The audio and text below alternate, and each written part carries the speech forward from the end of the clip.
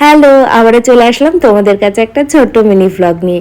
আমি তোমাদেরকে এর আগেই বলেছিলাম যে এখন আর কোনো বড় ভ্লগটা শেয়ার করব না, কারণ আমার কাছে অনেকগুলো ভ্লগ জমে আছে, সেগুলো দেবো। আমি আমার বার্থডে থেকে ভ্লগ শুরু করব, কিন্তু ভাবলাম সেই দিন সিনেমা দেখতে যাচ্ছি, অবশ্য অনেক দিন পর, তাহলে এর একটা ছোট্ট মিনি ভ্লগ নিলে কেমন হয়, তাই ভাবলাম তোমাদের সাথেও সেটা শেয়ার করি।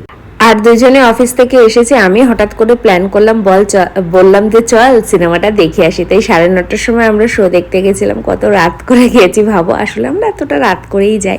আর তার সাথে একটু কোল্ড ড্রিঙ্কস আর পপকর্ন নিয়ে নিলাম, নিয়ে সিনেমা হলে বসলাম। বেশ ভিড় ছিল, আর সব মিলিয়ে না দারুণ লেগেছিল। আর এর রিভিউটা আমরা মিক্সড রিভিউ পেয়েছিলাম, কিন্তু আমাদের দুইজনের খুবই ভালো লেগেছিল। বিশেষ করে সিনেমাটা অমিতাভ বচ্চন, দীপিকা পাডুকোন, কামাল হাসান, কাকে ছেড়ে কার কথা বলবো, একটা অদ্ভুত সিনেমা হয়েছে, দারুণ লেগেছে। বহুদিন পর একটা খুব ভালো সিনেমা দেখলাম।